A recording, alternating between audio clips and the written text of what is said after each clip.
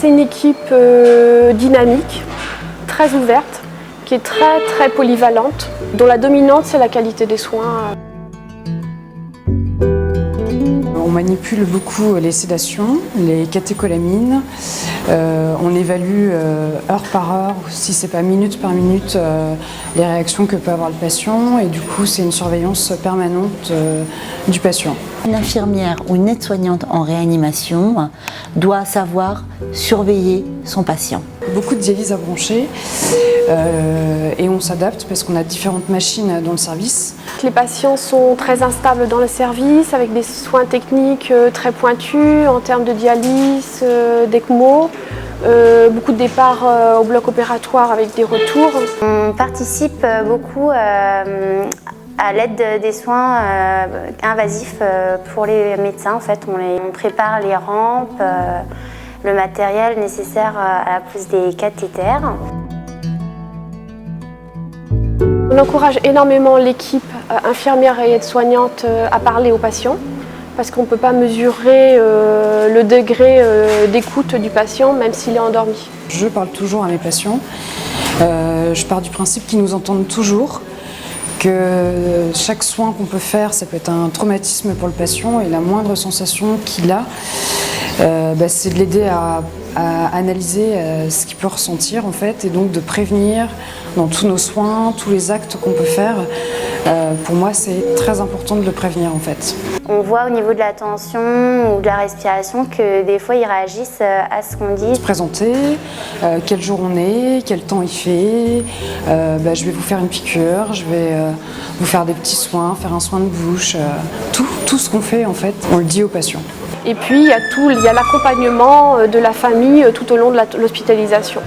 Elles vont accompagner les familles au chevet des patients parce que c'est un environnement extrêmement stressant, que le patient, lui, va être techniqué, entouré de machines. On explique tous les dispositifs, les appareillages, le respirateur, les scopes, les sonnettes. C'est là qu'elles vont faire en sorte que la famille recrée du lien avec le patient par le biais, par exemple, du toucher. On doit progressivement amener la famille à se détacher des machines pour garder le lien avec leurs proches.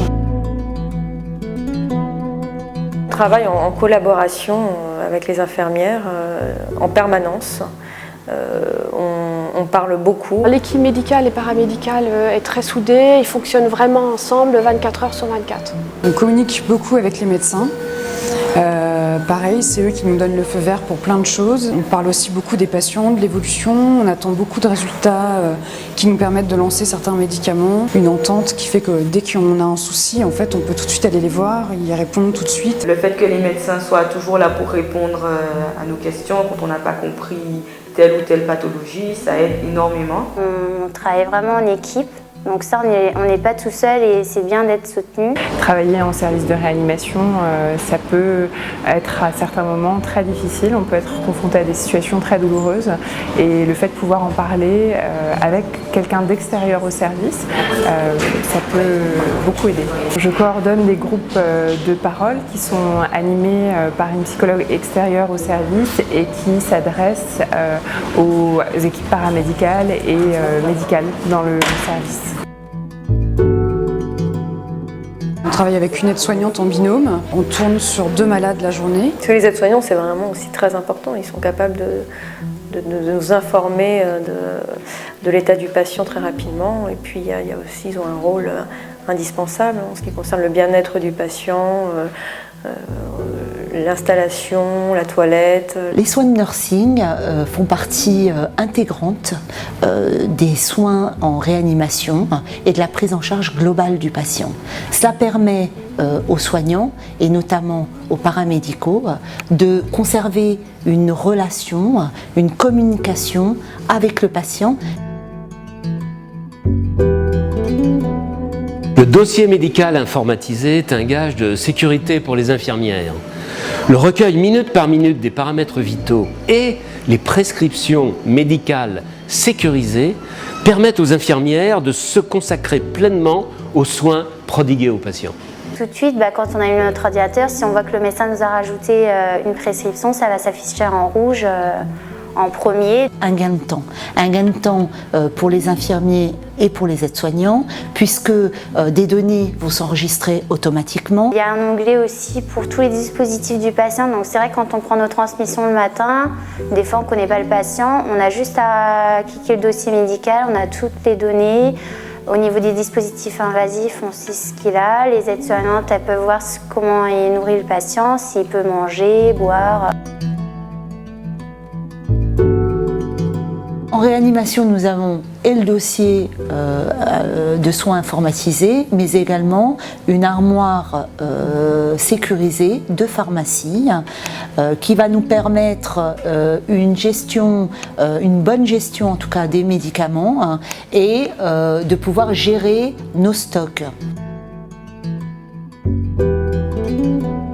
Nous organisons tout au long de l'année des formations pour le personnel paramédical dans le but de les perfectionner un maximum. C'est vrai qu'on a souvent des nouvelles machines, tout ça, donc on a des formations en continu. Lorsqu'une infirmière ou une aide-soignante arrive dans le service, elle est accueillie par une des cadres du service.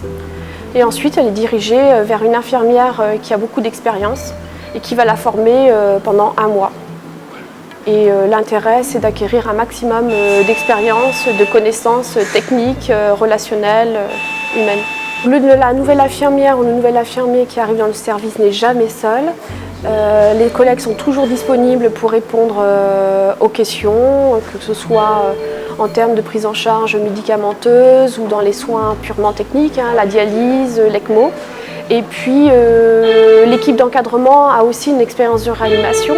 Donc on est tout à fait accessible s'il y a besoin. Elles ont un besoin d'apprendre, de se former, vraiment d'améliorer ou d'acquérir des compétences supplémentaires. Nous travaillons en 12 heures et nous faisons en général 2 mois de jour, puis 2 mois de nuit. Dans le service, on a chacun 2 jours, on a 2 patients en binôme avec une aide-soignante qui, elle, va être détachée sur 3 voire 4 patients. Donc en fait, on s'adapte avec l'aide-soignant pour se retrouver à des moments importants comme le nursing ou les petits soins du patient. Et de nuit, on va avoir 4 patients en charge en binôme avec une aide-soignante. La nuit, c'est plus calme, l'équipe est plus détendue. Il y a moins de pansements, les traitements sont déjà lancés, donc en fait c'est la continuité des soins. Il y a moins de monde la nuit, il y a moins de médecins, donc effectivement on va être plus concentré sur les patients. Les traitements étant déjà mis en route, en fait c'est la continuité des soins et du coup on peut vraiment voir les malades, prendre un peu plus de temps avec eux. Ce sont des équipes qui sont très motivées, qui sont très dynamiques également. Les infirmières, les aides-soignantes, les cadres sont au cœur de l'activité de réanimation. Elles assurent 24 heures sur 24 la présence auprès des malades. Elles entretiennent le corps, elles communiquent avec les familles, donnent des informations, administrent les traitements prescrits par les médecins. La bonne entente, la communication entre médecins et infirmières est essentielle à l'excellence des soins prodigués aux malades.